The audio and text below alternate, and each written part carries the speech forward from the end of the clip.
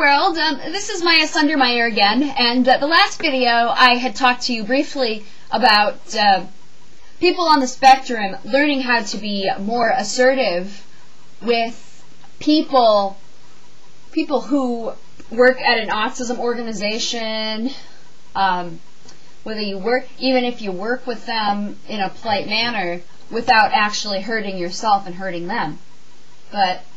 And using written communication. I actually would like to talk to you briefly about an experience I had in 2010 where I did just that. So anyway, I attended a charity ball that raises money to fund different programs for people with autism to get services and take classes on social skills, learn how to interview,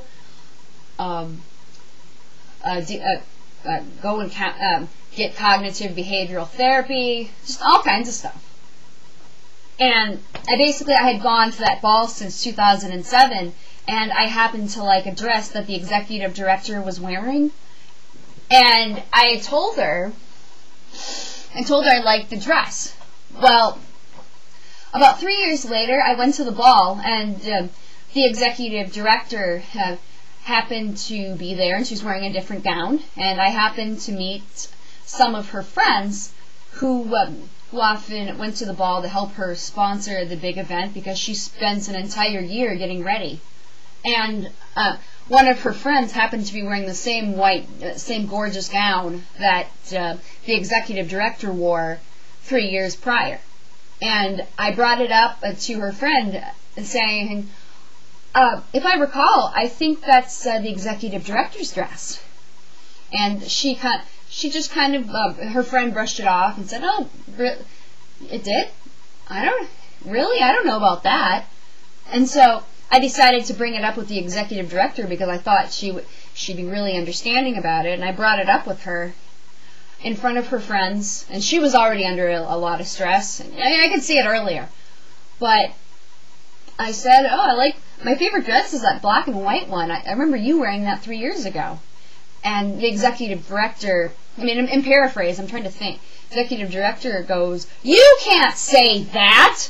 The only thing you can say is that's a really pretty gown." And then she just turned on her heel and stomped off like a 2-year-old. And rather than pull me to the side, she stomped off like a 2-year-old and then went and tattled on me to the behaviorist that works at one autism center. And she got the behaviorist to humiliate me in public in front of everybody else.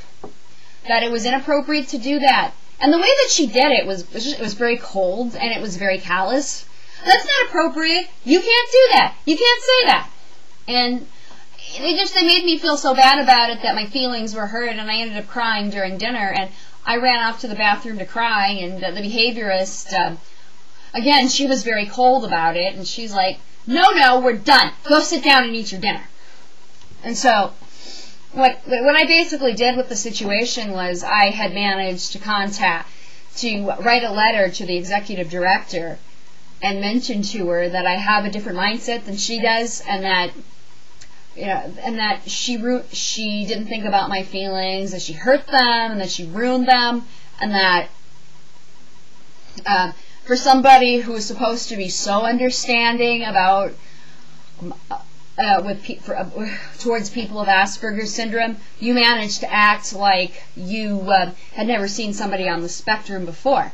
And of course, I never heard back.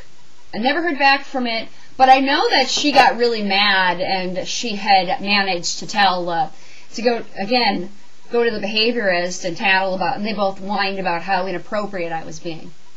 Well, here's my advice to any of you that are watching this. Just because somebody has a certain mindset about how we're supposed to act and how we're supposed to communicate, no. We're not people pleasers. We don't think like a neurotypical. We think another way. We handle situations the best way we know how, and the best way we know how to cope.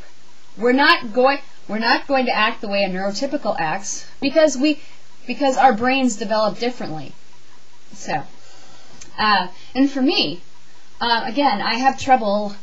I have trouble communicating with somebody because I don't know how they're going to react, and I don't know how I'm going to react. And two of the main reasons is I've had a very bad temper, and I've retaliated in either an angry manner, or I'll just sit down and break down and cry. And people of this society, as we know, we've been brainwashed that we can't cry, we can't cry, and we can't get mad. And then we're basically supposed to be these robots, and we're basically supposed to handle everything like everybody else. And no, I'm not going to handle everything like everybody else, because I'm not a neurotypical, and I'm not this top expert with autism, and I don't live in your head, and you don't live in mine. So, anyway, until next time, I'm Maya Sundermeyer, and I'm signing off now. Bye.